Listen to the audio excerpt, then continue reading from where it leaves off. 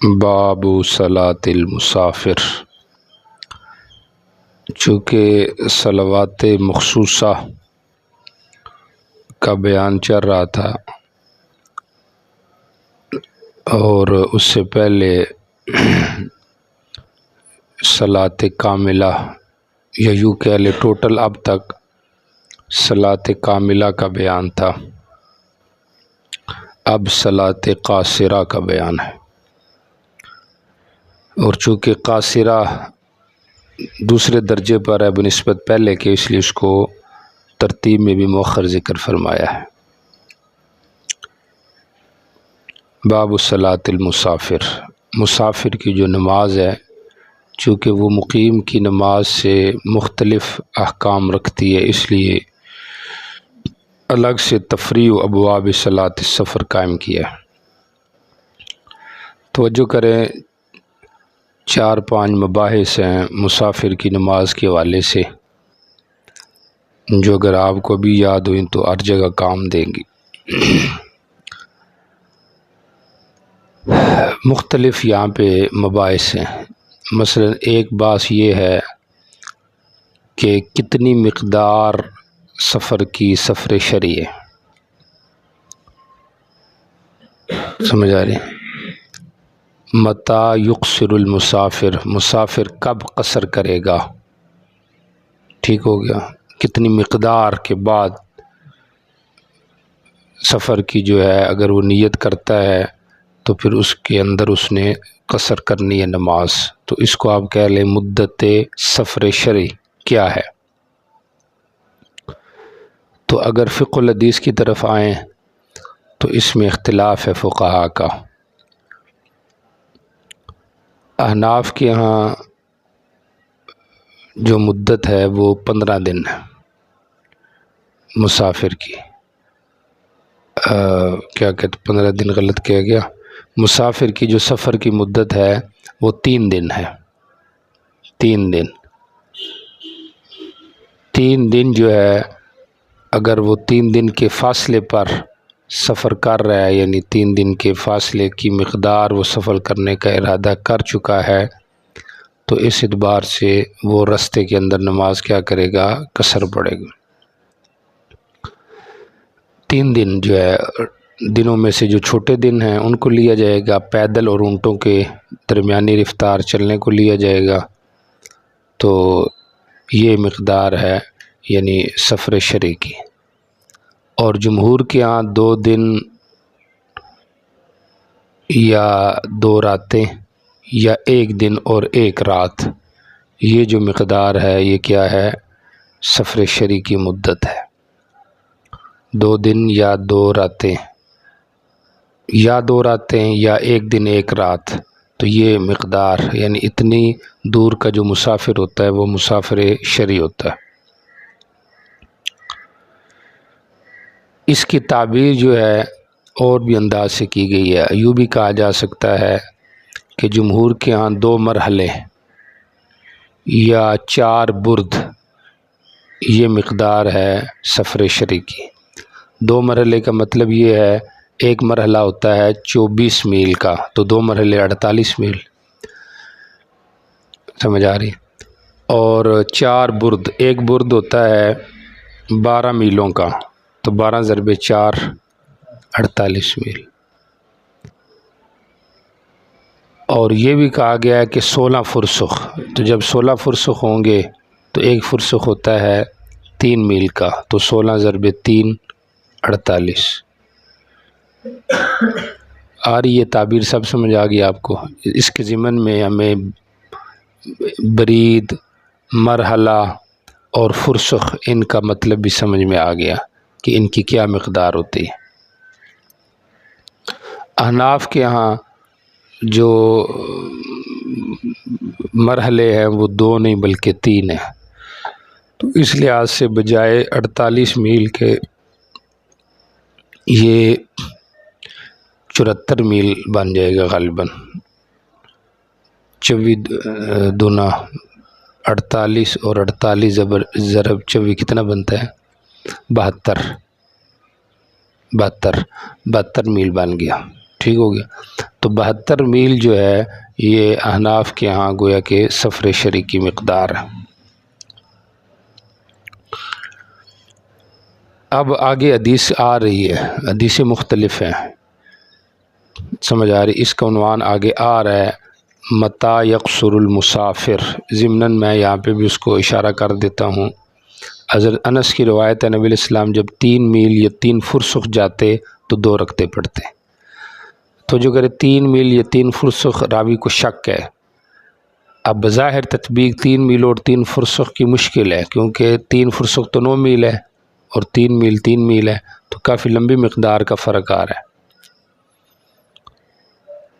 تو اب اور مذاہب کی طرف آئیں، یہ تو ائمہ اربعہ کے مذاہب تھے۔ ظاہریہ میں سے ابن اعظم ظاہری جو ہیں وہ 3 میلوں کے قائل ہیں۔ 3 میل جب بندہ سفر کے ارادے سے نکل جائے تو وہ مسافر شرعی ہے، سمجھ آ رہی؟ اور بعض نے اس کے اندر 9 میلوں کا بھی قول لیا ہے ظاہریہ نے، لیکن جمہور کا جو مذہب ہے آپ کو بتا دیا کہ 48 میل سے کم مذہب نہیں ہے۔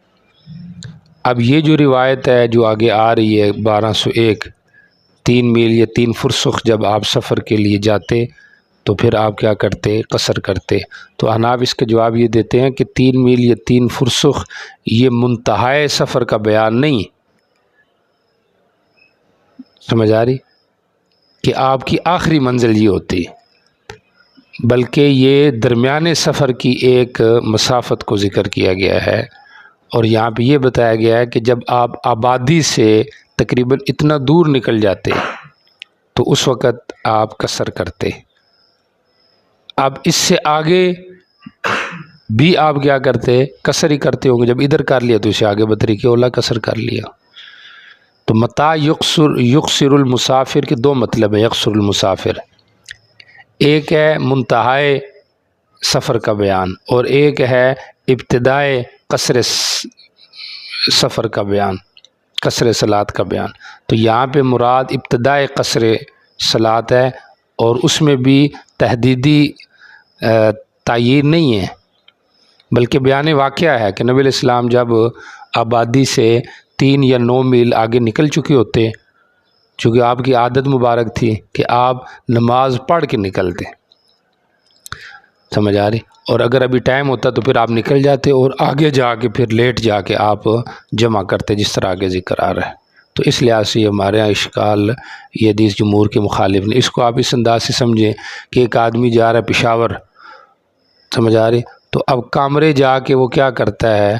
2 رکعتیں پڑھتا ہے، یا ٹیکس لے جا کے پڑھتا ہے 2 رکعتیں، سمجھ آ رہی؟ تو تعبیر تو یہی ہوگی کہ جب وہ ٹیکس لے گیا پہنچا، یا جب وہ پشاور جاتے مثلاً تو ٹیکس لے جا کے 2 کرتے، یا پشاور کو چھوڑے، یعنی جب جو ہے وہ ٹیکس لے جاتے یا ٹیکس لے کو جا کر، یا یہاں سے جب آپ ٹیکس لے پہنچیں گے نا تو آپ نے آدھی پڑھنی ہے۔ تو اس کا کیا مطلب ہے کہ ٹیکس لے تک جو ہے وہ ایک آدمی جا رہا ہے تو اس نے پڑھنی نہیں، وہ آگے جا رہا ہے، صرف بیان واقعہ ہے کہ رستے میں جب آبادی سے وہ نکل جائے تو اس نے کیا کرنی ہے؟ قصر نماز پڑھنی ہے، اور آپ صلی اللہ علیہ وسلم بھی ایسے کیا کرتے تھے۔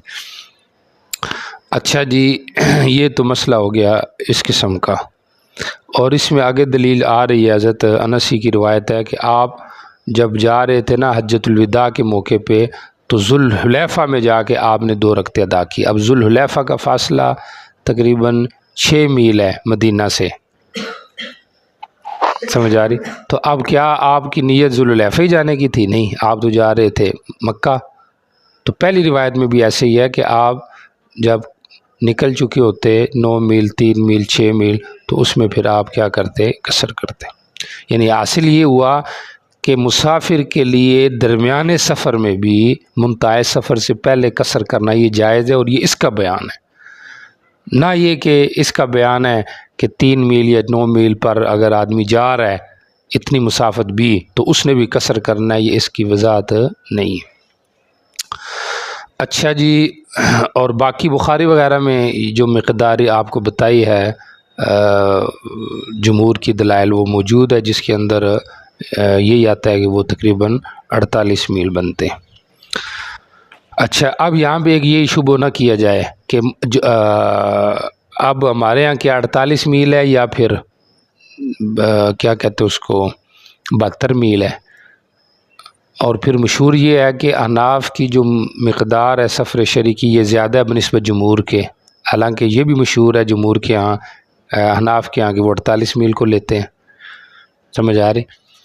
تو اس کا جواب یہ دیا گیا ہے حضرت زکریا رحمہ اللہ کی طرف سے کہ اصل جو مقدار ہے احناف اور جمہور کی اس کے اعتبار سے تو اختلاف ہے مقدار کے اندر. مثلا وہ 2 دن کے قائل ہیں، ہم 3 دن کے قائل ہیں. وہ 2 مرحلوں کے قائل ہیں، ہم 3 مرحلوں کے قائل ہیں. تو اندازہ زمانے سے کیا جائے، سمجھ آ رہی، یا پھر منزلوں سے کیا جائے، تو اس میں تو اختلاف آتا ہے جمہور کا اور امام صاحب کا. لیکن بعد کے جو مفتیان ہیں تو ان کی تحقیق جمہور کی تحقیق کے موافق ہے. وہ یہی ہے کہ وہ 2 مرحلوں کو لیتے ہیں اور کلومیٹروں میں جا کے وہ تقریباً 72 کلومیٹر بن جاتا ہے. سمجھ آ رہی؟ تو اس لحاظ سے پھر جمہور کا اور گویا کہ احناف کا مذہب ایک ہی بن گیا. اچھا جی، یہ تو تھا مسافر کی سفر شرعی کی مدت کے حوالے سے. دوسرا اختلاف یہ ہے کہ سفر مسافر کے لیے اتمام رخصت ہے یا عزیمت ہے. احناف کے ہاں جو ہے وہ قصر واجب ہے، اور جمہور شوافی کے ہاں جو ہے وہ اتمام افضل ہے، قصر رخصت ہے. ٹھیک ہو گیا. شوافی کی دلیل لیس علیکم جناح ان تقصروا الصلاۃ. سمجھ آ رہی؟ نفی جناح ہے تو مطلب یہ ہے کہ افضلیت کا اس بات اس سے ہو رہا ہے کہ قصر گناہ نہیں ہے، مطلب اباحت اس سے ثابت ہو رہی ہے، قصر کی وجوب نہیں ثابت ہو رہا. بات سمجھ آ رہی؟ تو یہ ان کی دلیل ہے. تو وہ اس کو لیتے ہیں اور ہم حدیث عائشہ کو لیتے ہیں رضی اللہ، جو باب کی پہلی روایت ہے. حضرت عائشہ کیا کہتی ہیں؟ فرضت الصلاۃ رکعتین رکعتین فی الحضر والسفر، کہ 2 رکعتیں فرض تھی اور اس کے بعد ہے فاقرت صلاۃ السفر، سفر کی نماز کو باقی رکھا گیا. تو وہ ہے ہی 2 رکعتیں، تو بات ختم ہوگی. اب ہم اس کو لیتے ہیں اور آیت کے اندر اس کی وضاحت یہ کرتے ہیں کہ وہاں پہ اس آیت کا تعلق ہے صلاۃ الخوف سے ہے، اور قصر سے مراد کیفیت کا قصر ہے، یعنی جلدی جلدی پڑھنی ہے، کیمیت کا قصر نہیں، جبکہ وہ اپنے حدود کے اندر پڑھ رہا ہے. اگر وہ بھی مسافر ہے مجاہد تو وہ الگ بات ہے. اور اگر آپ نے اس کو مسافر کے ساتھ ہی آپ نے لگانا ہے تو پھر اس کا قصر بنسبت مقیم کے ہے، یعنی مقیم پڑھ رہا ہے 4 اور وہ پڑھ رہا ہے 2، تو اس لحاظ سے وہ قصر ہے. سمجھ آ رہے کہ نہیں آ رہے؟ ان تقصروا من الصلاۃ، تو اس لحاظ سے قصر کہا گیا ہے. فی نفسی وہ قصر نہیں، فی نفسی وہ پوری نماز ہے.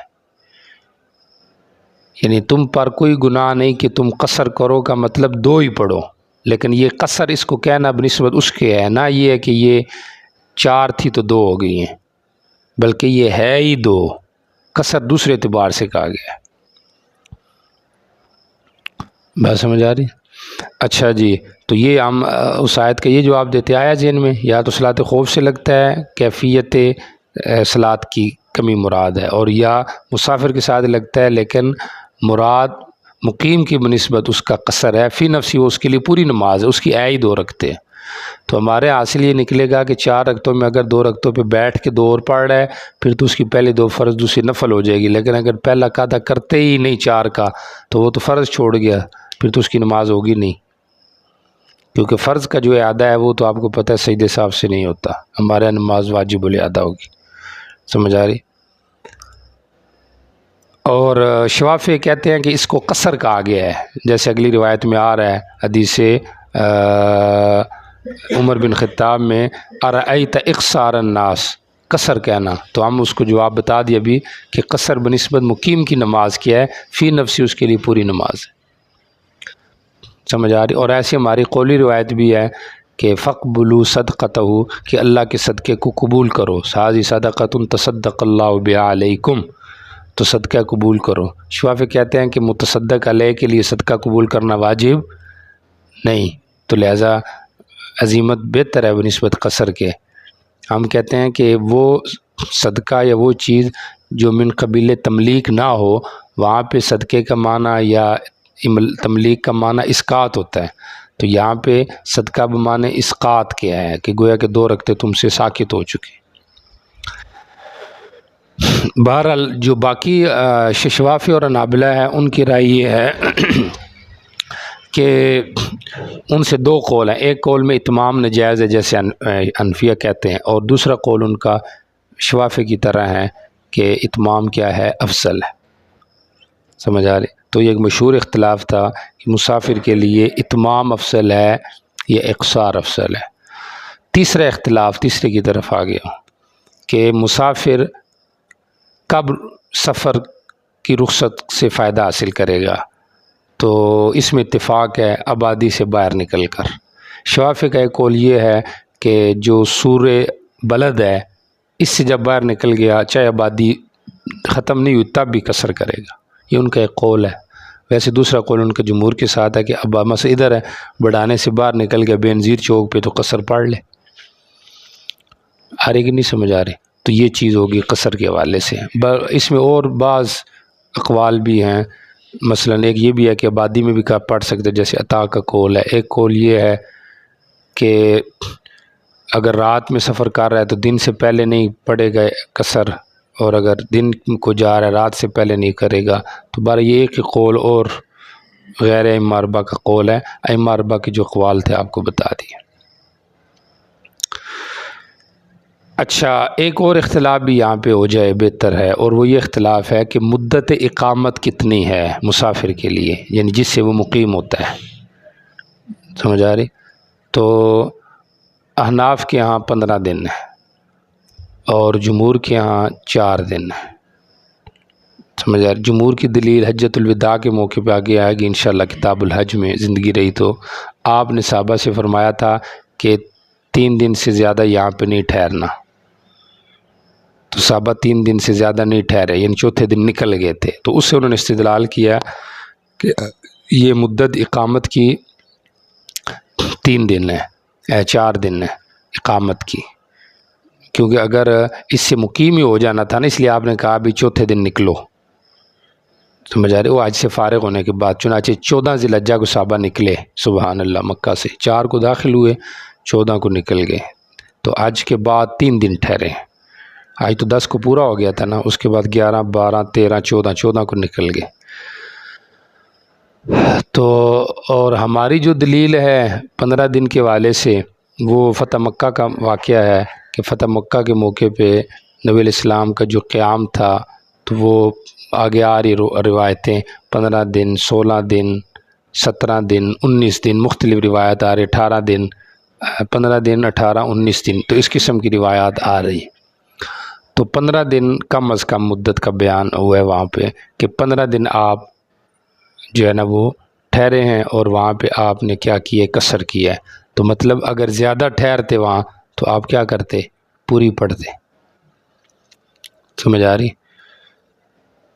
تو یہ ہماری جو ہے وہ دلیلیں ہیں جس سے یہ ہوتا ہے کہ بھئی 15 دن مدت ہے، یعنی 15 دن کا مطلب کیا ہوا کہ ایک جگہ پہ 15 دن ٹھہرنے کی نیت ہے تو پھر کیا کرنا ہے، پوری نماز پڑھنی ہے، چاہے وہاں پہ 2 دن ٹھہرے 3 دن ٹھہرے۔ لیکن اگر 15 دن ٹھہرنے کی نیت نہیں ہے، چاہے ایک جگہ ٹھہرے لیکن جتنا عرصہ بھی ٹھہرے، چنانچہ صحابہ کرام رام محرموز ایک جگہ ہے وہاں پہ 9 مہینے ٹھہرے، حضرت ابن عمر آذربائیجان میں 6 مہینے ٹھہرے، قصر کرتے رہے۔ چونکہ مدت اقامت کے اندر ٹھہرنے کے ساتھ ساتھ نیت کا بھی ہونا ضروری ہے، اگر نیت نہیں تو پھر تو کچھ بھی نہیں ہے، پھر تو وہ سفر ہی کرے گا، قصر ہی کرے گا۔ اور نیت کا بھی اعتبار ایسی جگہ پہ ہے جہاں پہ نیت ہو سکتی ہے، مثلا مدرسہ ہے، اب آپ کی نیت ادھر ٹھہرنے کی ہے سال، آپ ادھر پوری پڑھ رہے ہیں۔ اور اگر ایسی جگہ ہے جہاں پہ نیت کالعدم ہے، فرض کرے جہاد ہے،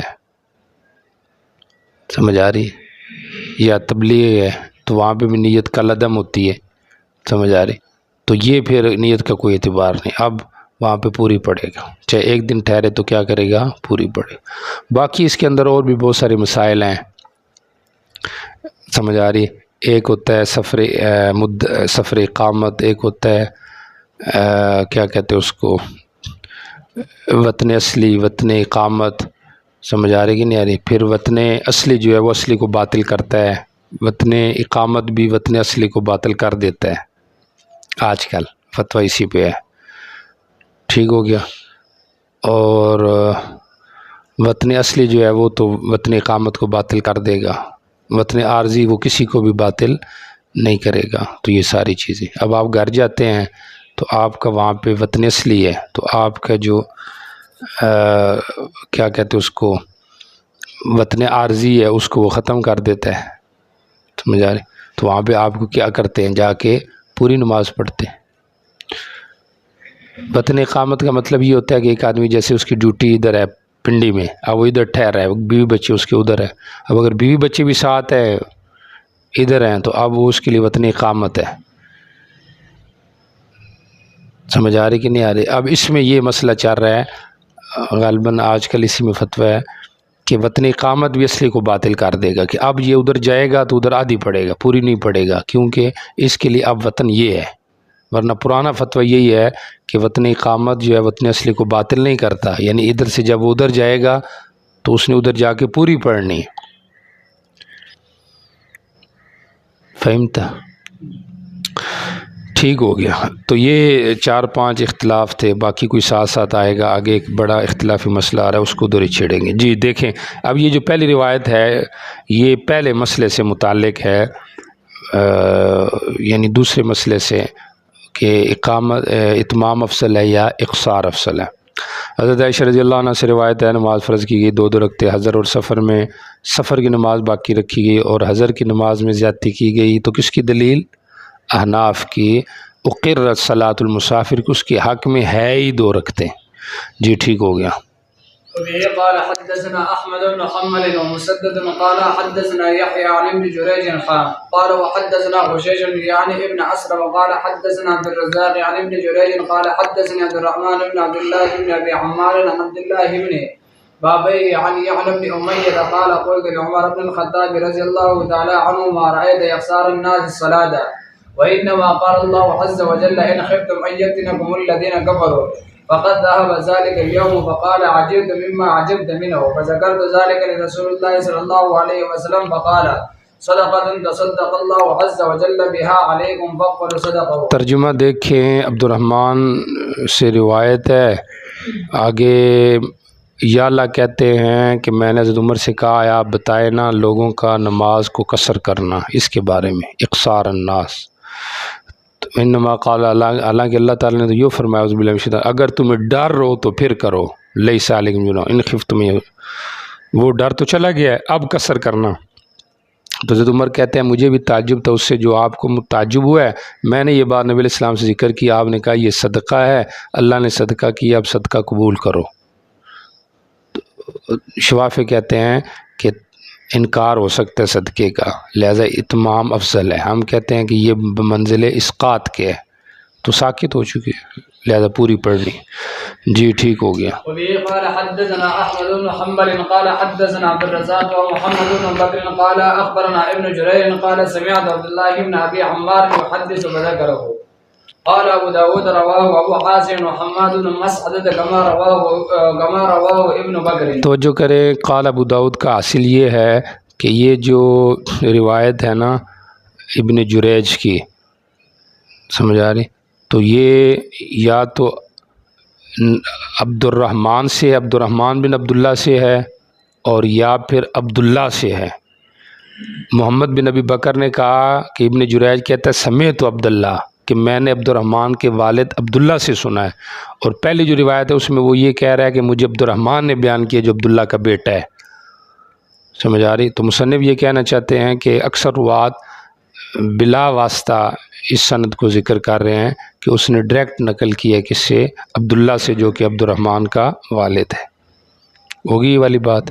تو مصنف کا مقصود ترجمۃ الباب سے جمہور کی تائید ہے، شوافی کی نہیں، جمہور کی، اور وہ یہی ہے کہ اتمام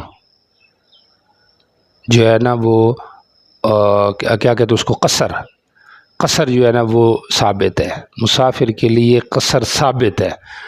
اب قصر ثابت ہے، یا تو یہ کہا جائے حنفیہ کے مذہب کے مطابق مطلقاً وجوب سمجھ آ رہی؟ جس طرح کہ حنابلہ کا بھی مسلک ہے، مالکیہ کی بھی ایک روایت ہے، سمجھ آ رہی؟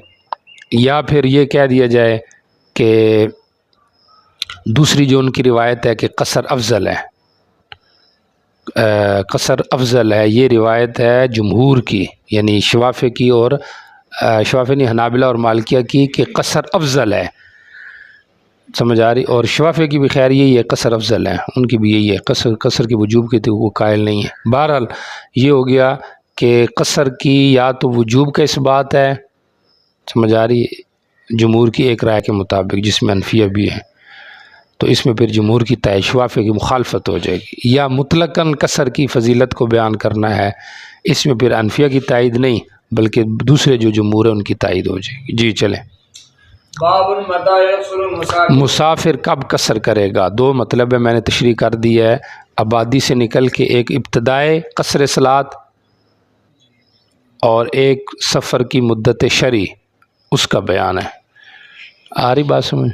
جی چلیں، ذہن میں دلائل بھی بٹھانے ہیں، مذاہب بھی بٹھانے ہیں۔ جی چلیں۔ وبه قال حدثنا ابن بشار قال حدثنا محمد بن جعفر قال حدثنا شعبة عن يحيى بن يزيد الهانئي قال سألت انس بن مالك عن قصر الصلاة قال فقال انس رضي الله تعالى عنه كان رسول الله صلى الله عليه وسلم اذا خرج مسيرة 3 اميال او 3 فراسخ شعبة الشك يصلي ركعتين۔ شعبہ کو شک ہو گیا ہے، 3 میل یا 3 فرسخ تو 2 رکعتیں پڑھتے ہیں، تو میں نے بتا دیا کہ یہ وسط سفر کی نماز کا بیان ہے، نہ یہ کہ منتہائی سفر کا بیان ہے۔ جی چلیں۔ وبه قال حدثنا زهير بن حرب قال حدثنا ابن عيينة عن محمد بن المنكدر وابراهيم بن ميسرة سمع انس بن مالك رضي الله تعالى عنه يقول صليت مع رسول الله صلى الله عليه وسلم الظهر بالمدينة 4 والعصر بذو الحليفة ركعتين۔ ٹھیک ہو گیا، اللہ موفقنا۔ تو یہ ہو گیا، تو پہلی جو روایت ہے وہ بھی اس کے مطابق یہ ہے کہ رستے کے اندر آپ نے 3 میل یا 3 فرسخ پہ قصر کی۔ جی، اذان فی سفر کا مسئلہ بھی دیکھ لیں، مستحب ہے، مسافر کے لیے اذان دینا مستحب ہے، سمجھ آ رہے؟ اذان بھی اور اقامت بھی واجب نہیں ہے، کیونکہ اذان کا مقصد ہوتا ہے اعلام غیر غائبین، تو غائب تو ادھر کوئی بھی نہیں، وہ تو حاضر کے لیے نماز ہو رہی ہے، سمجھ آ رہے؟ باقی اگر منفرد آدمی ہے، منفرد اکیلا پڑھ رہا ہے، تو اس کے لیے بھی اذان مستحب ہے۔ مالکیہ کہتے ہیں اس کے لیے صرف اقامت ہے، منفرد کے لیے مالکیہ کے یہاں صرف اقامت، ہمارے لیے اذان اس کے لیے مستحب ہے جمہور کے یہاں۔ اور باقی مسافر جب باجماعت نماز ادا کر رہے ہیں تو اذان اور اقامت دونوں کا ترک مکروہ ہے۔ فرض کرے آپ 2 آدمی ہم جا رہے ہیں، ہم سفر پہ راستے میں نماز پڑھ رہے ہیں، تو ایک نہ ایک کام کریں، اذان یا اقامت، یہ مستحب ہے، دونوں کو ترک کریں گے تو یہ مکروہ ہو جائے۔ جی، اور بعض نے یہ بھی کہا ہے کہ بھئی مالکیہ میں ایک روایت ہے کہ اگر امید ہے کہ لوگ مل جائیں گے ساتھ تو پھر اذان دے، ورنہ صرف اقامت ہے۔ جی چلیں۔ وبه قال حدثنا هارون بن معروف قال حدثنا ابن وهب عن عمرو بن الحارث ان ابا عشانة المعافري حدثه عن عقبة بن عامر رضي الله تعالى عنه قال سمعت رسول الله صلى الله عليه وسلم يقول يعجب ربك عز وجل من راعي غنم في رأسه شزية جبل يؤذن للصلاة ويصلي فيقول الله عز وجل انظر إلى عبدي هذا يؤذن ويقيم للصلاة يخاف مني قد غفرت لعبدي وادخلت الجنة۔ میں نے نبی الاسلام سے سنا، آپ فرما رہے تھے اللہ کو تعجب ہوتا ہے اس چرواہے سے جو بکریوں کو چرا رہا ہے، فی رأس شزیۃ بجبل، پہاڑ کے ایک بلند کنارے پر۔ شزیہ قطع کو کہتے ہیں ٹکڑا، راس معنی بلند جگہ۔ اذان کی نماز کے لیے اذان دے رہا ہے اور نماز بھی پڑھتا ہے۔ اللہ تعالیٰ کہتے ہیں دیکھو میرے بندے کو اذان اقامت نماز کے لیے کہہ رہا ہے، مجھ سے ڈر رہا ہے، میں نے اپنے بندے کو بخش دیا اور میں نے اس کو جنت میں داخل کر دیا۔ ٹھیک ہو گیا۔ تو یہ روایت امام ابو داؤد نے یہاں پہ ذکر کی ہے، بعض دوسرے محدثین نے اس کے علاوہ روایت ذکر کی ہے، غالباً ابو رافع کی۔ تو بہرحال اس کا مسافر ہونا تو ضروری نہیں ہے، لیکن عموماً بعض اوقات ایسا آدمی مسافر بھی ہوتا ہے، سمجھ آ رہی؟ تو اس لحاظ سے اس بات ترجمہ واضح ہے، کیونکہ اس بات ترجمہ کبھی کبھی بھی الفاظ العموم بھی ہوتا ہے، بخاری میں آپ نے پڑھا ہوگا۔ جی چلیں. باب المسافر يصلي وهو يشك في الوقت. وقت میں شک کر رہا ہے نماز پڑھتا ہے تو یہ مسافر کی بات نہیں، مقیم کے ساتھ بھی یہ مسئلہ، لیکن چونکہ حدیث میں آتا ہے کہ وہ مسافر سے معاملہ متعلق ہے، تو وقت میں شک ہو تو نماز پڑھے، تو اس کا اعتبار نہیں ہے، اصل امام کا اعتبار ہے. اور یا یوں کہہ لے کہ شک تو ویسے تساوی طرفین کو کہتے ہیں، تو چونکہ عذر بھی ہوتا ہے تو اس لحاظ سے اس کو زیادہ شک نہیں کرنا چاہیے. مثلا وہ سمجھ رہا ہے کہ اب زور کا ٹائم ہو گیا تو بس پڑھ لے، اب اس میں یہ نہ شک کرے وہ پتہ نہیں اب ہوا ہے کہ نہیں ہوا ہے کہ نہیں ہوا، اثر داخل ہوئی کہ نہیں، پر جب اس کے ذہن میں آیا کہ بھی یہ ٹائم ہو گیا ہے تو پڑھ لے. جی چلیں. وبه قال حدثنا مسدد قال حدثنا ابو معاويه عن المسحاج بن موسى قال قلت لانس بن مالك رضي الله تعالى عنه حدثنا ما سمعت من رسول الله، حدثنا ہمیں بیان کرو. جی حدثنا ما سمعت من رسول الله صلى الله عليه وسلم قال كنا اذا كنا مع رسول الله صلى الله عليه وسلم في السفر فقلنا دارت الشمس ولم تزل. سورج ڈلا ہے کہ نہیں ڈلا ہمیں نہیں پتا. جی ثم ارتحل. نبی علیہ السلام زور پڑھتے پھر کوچ کرتے، یعنی ہمیں شک ہوتا لیکن آپ پڑھ لیتے، تو چونکہ امام کو تیقن ہے تو کافی ہے. یا یہ ہے کہ خود آپ کو بھی شک ہوتا لیکن چونکہ جمع بین الصلاۃ ہے یا عذر ہے تو اس لحاظ سے آدمی پڑھ لے تو کوئی مسئلہ نہیں. سمجھ آ رہی کہ نہیں آ رہی؟ جی چلیں. اور ویسے بھی شک جو ہے نا وہ عذر کی وجہ سے مرتفع ہو جائے گا. جی چلیں. وبه قال حدثنا مسدد قال حدثنا يحيى عن شعبة قال حدثني حمزة العائزي عن رجل من بني زبدة قال سمعت انس بن مالك رضي الله تعالى عنه يقول كان رسول الله صلى الله عليه وسلم اذا نزل منزلا لم يرتحل حتى يصلي الظهر فقال له رجل وان كان بنصف النهار قال وان كان بنصف النهار. نبی علیہ السلام جب کسی جگہ اترتے تو نماز زور کی پڑھ کے کوچ کرتے. لم يرتحل حتى يصلي الظهر.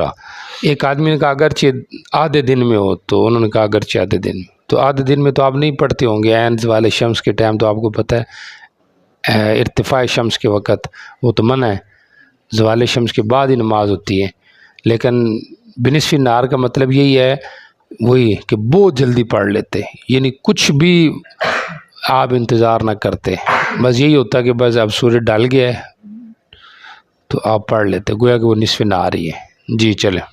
باب الجمع بین الصلاتین. توجہ کرے جمع بین الصلاتین، یہ اکثر مسئلہ آتا بھی ہے امتحان میں، اس لیے آپ ادھر ہی سمجھ لیں. اور تو کسی کتاب میں بھی نہیں گزرا نا، گزر گیا کدھر؟ اچھا آگے جا رہے ہیں آپ تو بخاری میں.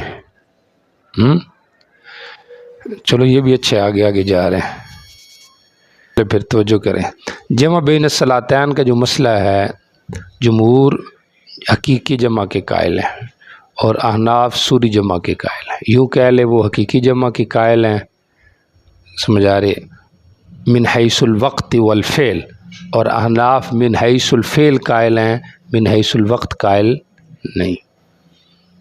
ٹھیک ہو گیا. اچھا جی، اب روایات دیکھا جائے تو دونوں قسم کی روایات حقیقی کی بھی ہیں اور پھر سوری کی بھی ہیں. سوری دلیل ہیں احناف کی، ٹھیک ہو گیا، اور جمہور کے بھی مخالف نہیں ہیں، کیونکہ وہ کہتے ہیں کہ ٹھیک ہے سوری ہے تو وہ بھی اچھا ہے لیکن حقیقی بھی ثابت ہے. پھر حقیقی میں وہ دو صورتیں ہیں، جمع تاخیری اور جمع تقدیمی. سمجھ آ رہی ہے؟ جمہور اس کے بھی قائل ہیں. تاخیری کا مطلب زور کو لے جانا عصر کے وقت میں، تقدیمی کا مطلب عصر کو لے آنا زور کے وقت، یہ تقدیمی ہے. اور باقی جمع تقدیمی کے احناف قائل نہیں ہے. بظاہر تاخیری کی تو تعویل ہو سکتی ہے احناف کے مذہب میں، ہم یہ کہیں گے جہاں پہ جمع آیا لو جی زور عصر میں آخر وقت میں تھی عصر پہلے میں تھی، یہ تو تعویل ہو گئی. لیکن تقدیمی میں کیا ہوگا؟ تو احناف اس کا جواب یہ دیتے ہیں کہ جمع تقدیمی جو ہے اس کی روایات ضعیف ہیں ٹوٹل. امام ابو داؤد نے بھی اس پہ جرح کی ہے اور آگے آئے گا تو میں بتاؤں گا کہ یہ راوی اس روایت میں ضعیف ہے، لہذا وہ کمزور روایت ہے. اور خود بھی ایک روایت ہے آگے جس حدیث میں جمع تقدیمی کا ذکر ہے، اسی کے ایک طریق میں صرف جمع تاخیری کا ذکر ہے، تقدیمی کا ذکر نہیں ہے. تو گویا کہ وہ کسی راوی کا تصرف ہے سمجھ آ رہی کہ نہیں؟ یا وہم ہے، در حقیقت جمع تقدیمی تاخیری ہو سکتی ہے، اور وہ بھی ہمارے جمع سوری کے ساتھ، جمع کی ٹھیک نہیں ہے۔ اب بظاہر دیکھا جائے تو تعارض ہے دونوں قسم کی روایات میں، تو تعارض کی صورت میں یا نسخ ہوتا ہے، یا تطبیق ہوتی ہے، یا ترجیح ہوتی ہے، سمجھ آ رہی؟ تو ہمارے یہاں ترجیح کا ایک طریقہ یہ ہے کہ وہ احادیث لی جاتی ہے جو اوفق بالقرآن ہو، اور قرآن میں کیا ان الصلاۃ کانت علی المؤمنین کتابا موقوتا، تو جب ہر ایک نماز کا الگ وقت ہے تو پھر اس میں اس کو پڑھنا چاہیے۔ آ رہی کہ نہیں سمجھ آ رہی؟ اور ابن العربی نے التعلیق الصبی میں یہ بھی فرمایا ہے کہ ہر چیز کا اپنا اپنا وقت ہے، تو باقی جمع کی جو روایات ہیں تو ان میں یا تو وہ صحیح نہیں، اگر صحیح ہیں تو صریح نہیں، سمجھ آ رہی؟ تو احناف اس قسم کی بات کرتے ہیں کہ یا صحیح ہیں تو صریح نہیں، اور اگر صریح ہیں تو صحیح نہیں، تو یہ ایک ہے۔ اور اگر صحیح اور صریح بھی ہو مثلا، تو تب بھی چونکہ قرآن کے معارض نظر آ رہی ہیں تو محتمل تعویل ہے، تو جب تک وہ محتمل تعویل ہیں تو ان میں پھر تعویل کی جائے گی، اس کی وجہ سے قرآن پاک کا جو ظاہر ہے اس کو نہیں ترک کریں گے، اور تعویل وہی ہے جو آپ کو بتایا ہے کہ ہم اس کو کس پر محمول کریں گے، جمع سوری پر۔ بات سمجھ آ رہی؟ باقی ایک توجیہ حضرت گنگوئی نے بھی کی ہے بڑی اچھی، سمجھ آ رہی؟ اور بظاہر جہاں پہ آ رہا ہے نا جمع تاخیری، جس سے حنفیہ پہ زیادہ پڑ رہی ہے کہ آپ جمع کرتے تھے زور اور عصر کی عصر میں، عصر کے وقت میں، مغرب اور عشاء کی عشاء کے وقت میں، اس پہ شبہ ہوتا ہے کہ یہ تو واضح ہے کہ آپ عشاء میں کرتے تھے تاخیری میں۔ تو حضرت گنگوئی نے بڑی اچھی توجیہ کی رحمہ اللہ، وہ فرماتے ہیں کہ جمع جب ہوگی، جب جمع ہوگا تو وہ تو دوسرے وقت میں جا کے ہوگا۔ دیکھیں نا، جب جمع کا لفظ بولا جائے گا، دیکھیں ایک پڑھی ہے زور کے آخر میں، ابھی جمع نہیں ہوئی، دوسری پڑھی اول میں، اب جب دوسری پڑھ لی اب جمع کا لفظ بولا جائے گا، تو وہ دوسری جمع کب پوری ہوئی ہے؟ نہیں، دوسری جمع تب بولی گئی ہے جب سلام پھر گیا، اور سلام کب پھر ہے؟ عصر کے وقت میں۔ نہیں سمجھ آ رہی؟ یعنی جمع سوری بھی جو ہے، جمع سوری جو ہے اس پہ بھی جمع کا اطلاق ہو سکتا ہے، اور وہ ہوگی بھی عصر کے وقت میں ہی، جس سے نظر یہ آئے گا کہ وہ جمع کی، حالانکہ وہ جمع کی نہیں سمجھ آئی آپ؟ دیکھیں نا، زور آخر وقت میں اور عصر اول وقت میں، تو جمع ہم کب کہیں گے؟ جب عصر ہو چکی ہوگی، عصر اس نے پڑھ لی ہے لیکن وہ پڑھی اپنے وقت میں اور زور اپنے وقت میں پڑھی ہے، تو دونوں کو آپ نے عصر کے وقت میں جمع کیا کا مطلب یہ ہے کہ اس جمع کی انتہا جو ہوئی ہے وہ عصر کے وقت میں ہوئی ہے، یہ نہیں کہ زور بھی جا کے کب ہوئی ہے؟ عصر کے وقت میں۔ آئیے سمجھ؟ تو عصر میں جمع کیا کا مطلب عصر کے وقت کے اندر اس جمع کی انتہا ہوئی ہے، نہ یہ کہ وہ پڑھی جو ہے وہ کہتے ہیں کہ اگر یہ حقیقتاً زور عصر کے وقت میں ہوتی تو وہاں پہ ادا کا لفظ ہوتا، حالانکہ جمع کا لفظ ہے۔ کس کا لفظ ہے؟ جمع کا۔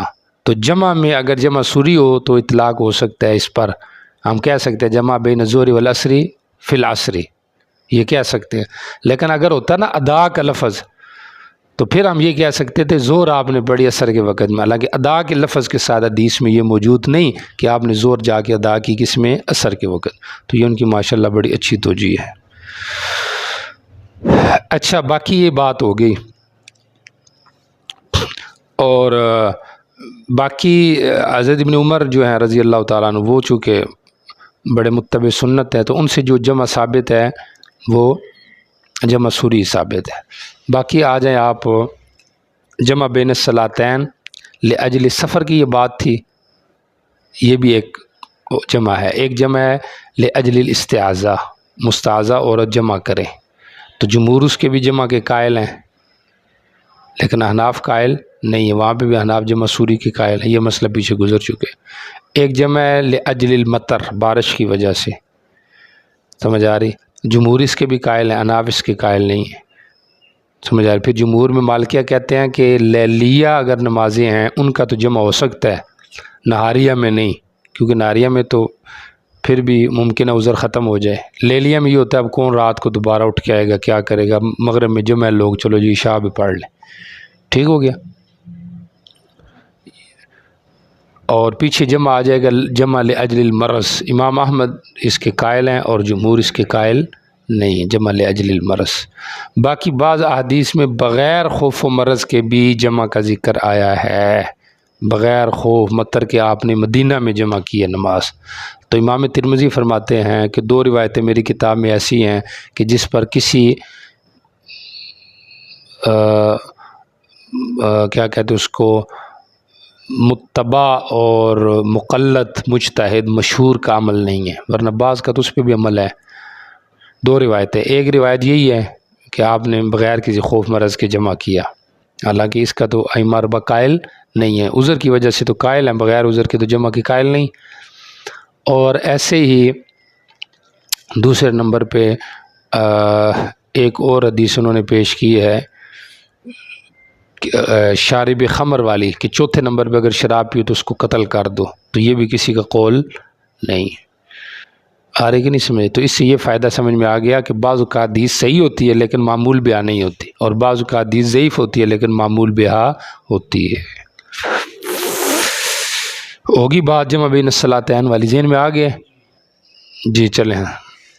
وبه قال حدثنا القعنبي عن مالك عن ابي الزبير المكي عن ابي الزبير عامر بن وازلة ان معاذ بن جبل رضي الله تعالى عنه اخبره انهم خرجوا مع رسول الله صلی اللہ علیہ وسلم في غزوة تبوک، غزوہ تبوک میں نکلے۔ كان رسول الله صلى الله عليه وسلم يجمع بين الظهر والعصر والمغرب والعشاء فاخر الصلاة يوم، آپ نے نماز کو ایک دن مؤخر کیا جی، ثم خرج فصلى چنانچہ نکلے جميعا ثم دخل ثم خرج فصلى المغرب والعشاء جميعا۔ تو جمع کیا، تو جمع کیسے کیا وہی بتایا ہمارے جمع سوری ہے، ٹھیک ہو گیا۔ قال حدثنا سليمان بن داود العتكي قال حدثنا حماد قال حدثنا ايوب عن نافع ان ابن عمر رضي الله تعالى عنه استصرخ على سفية وهو بمكة فصار حتى غربت الشمس وبدت النجوم فقال ان النبي صلى الله عليه وسلم كان اذا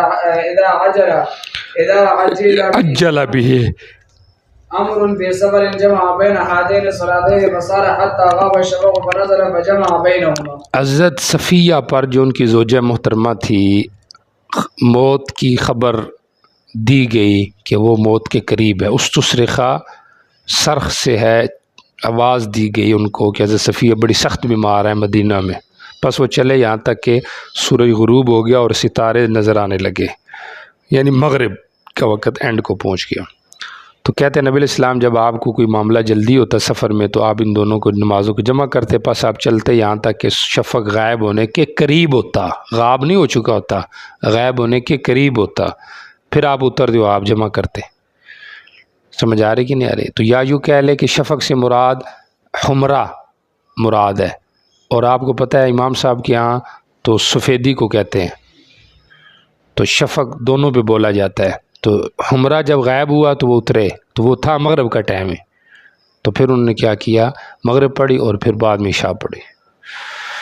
جی چلیں، تو یہ جمع سوری ہو گیا جس کے حناف قائل ہیں۔ جی قال حدثنا يزيد بن خالد بن يزيد بن عبد الله بن موهب الرملي الحمداني قال حدثنا المفضل بن غزالة والليث بن سعد عن هشام بن سعد عن ابي الزبير عن معاذ بن جبل رضي الله تعالى عنه ان رسول الله صلى الله عليه وسلم كان في غزوة تبوك اذا زاغت الشمس قبل ان يرتحل جمع بين الظهر والعصر وان يرتحل قبل ان تزيغ الشمس اخر الظهر حتى ينزل للعصر وفي المغرب مثل ذلك ان غابت الشمس قبل ان يرتحل جمع بين المغرب والعشاء وان يرتحل قبل ان تغيب الشمس اخر المغرب حتى ينزل للعشاء ثم جمع بينهما۔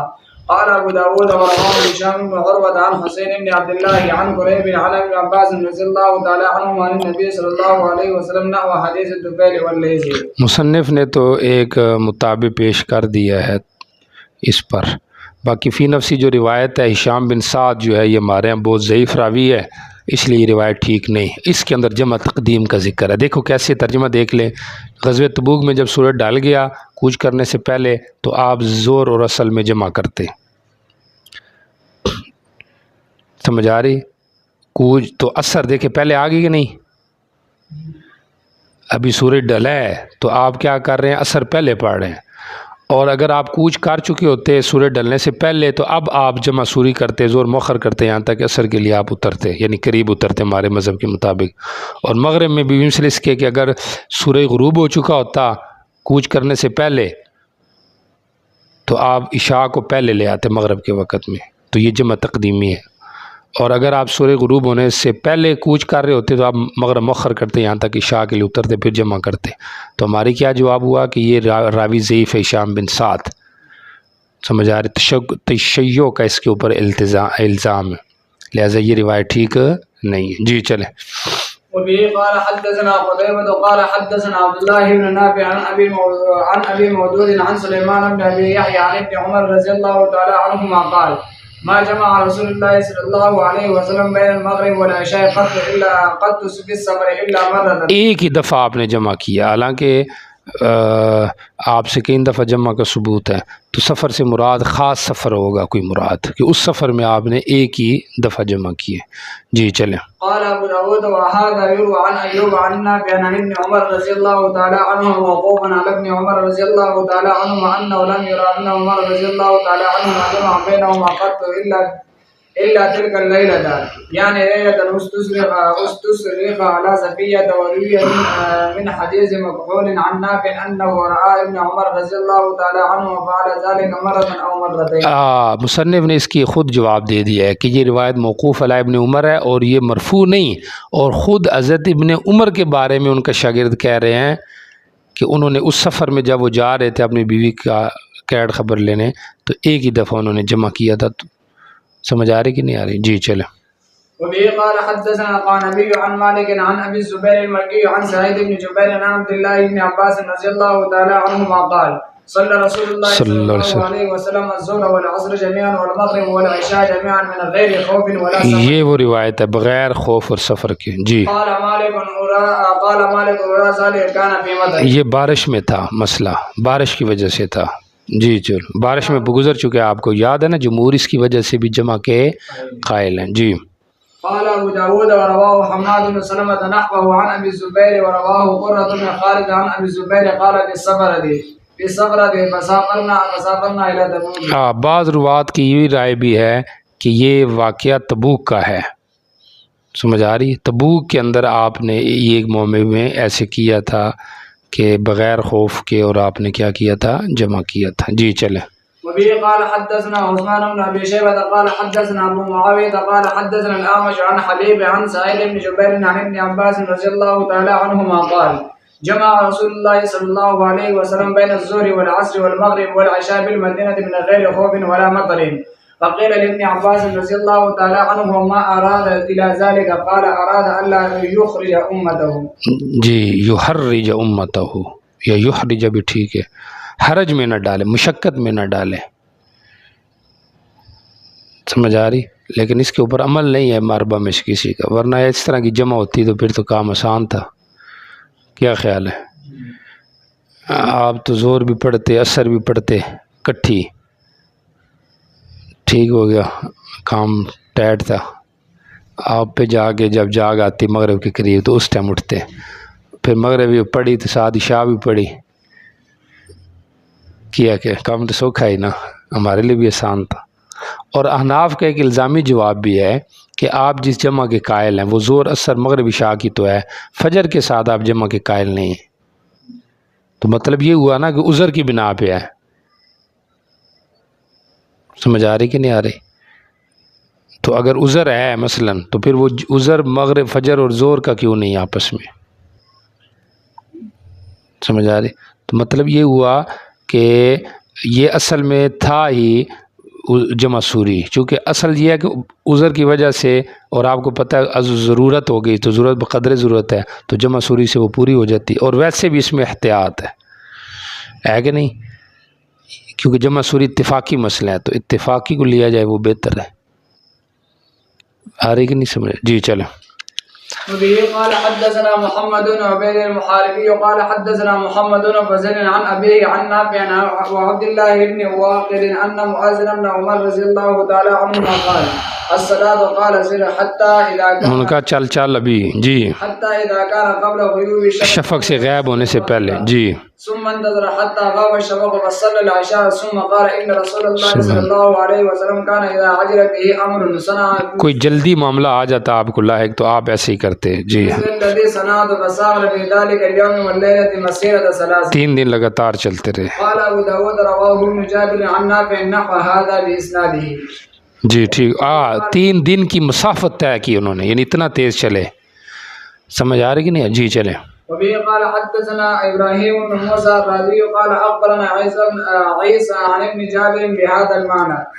قال أبو داود ورواه عبد الله بن العلاء عن نافع قال حتى إذا كان عند ذهاب الشفق نزل جمع بينهما. بعض روایتوں میں شفق کے جانے کا بھی ذکر ہے جیسے یہاں پر ہے لیکن بظاہر یہی ہے کہ یہ قرب غیبوبت الشفق ہے وہ حناف کا مذہب جو ہے جی چلیں وبه قال حدثنا سليمان بن حرب ومسدد قال حدثنا حماد بن زيد قال وحدثنا عمرو بن عون قال حدثنا حماد بن زيد عن عمرو بن دينار عن جابر بن زيد عن ابن عباس رضي الله تعالى عنهما قال صلى بنا رسول الله صلى الله عليه وسلم بالمدينة 78 8 اور 7 یعنی مغرب اور عشاء جی الظهر والعصر والمغرب والعشاء ولم يقل سليمان ومسدد بنا. ٹھیک ہو قال گیا ابو داود ورواه صالح مولى التوأمة عن ابن عباس رضي الله تعالى عنهما قال في غير مثل 8 یعنی ظہر مغرب اور عشاء 7 8 ہو گئی ظہر اور عصر اور 7 ہوگی مغرب اور عشاء یہ رکھتے آپ نے پڑھی لیکن بغیر متر کے آپ کو بتا دیے کہ یہ صحیح حدیث ہے لیکن عمل نہیں ہے جی وبه قال حدثنا احمد بن صالح قال حدثنا يحيى بن محمد الجاري قال حدثنا عبد العزيز بن محمد عن مالك عن ابي الزبير عن جابر رضي الله تعالى عنه ان رسول الله صلى الله عليه وسلم غابت له الشمس من مكة وجمع بينها سر مقام میں آپ نے جمع کیا جی قال حدثنا محمد بن هشام جار احمد بن حنبل قال حدثنا عن هشام بن سعد قال بينهما عشرة أميال يعني بين مكة وسري. مکہ اور سرے میں 10 میلوں کا سفر تھا مسافت ہے جی وبه قال حدثنا عبد الملك بن شعيب قال حدثنا ابن وهب عن ليس قال ربيعة يعني كتب إلي حدثني عبد الله بن دينار قال غابت الشمس وأنا عند عبد الله بن عمر ان کے پاس تھا عبداللہ بن جی فسرنا فلما رأينا وقد أمسى قلنا ہم نے کہا نماز جی فصار حتى غاب الشمس غائب ہونے کے قریب تھا شفق اور ستارے کٹھے ہو گئے تو پتہ ہے مغرب چلی جائے نا تو جمگٹا بن جاتا ہے ستارے آنا شروع ہو جاتے ہیں جی ثم انه نزل وصلى الصلاتين جميعا ثم قال رأيت رسول الله صلى الله عليه وسلم اذا جد به جب آپ کو سفر کی تیزی ہوتی جی اس طرح میری طرح نماز پڑھ دی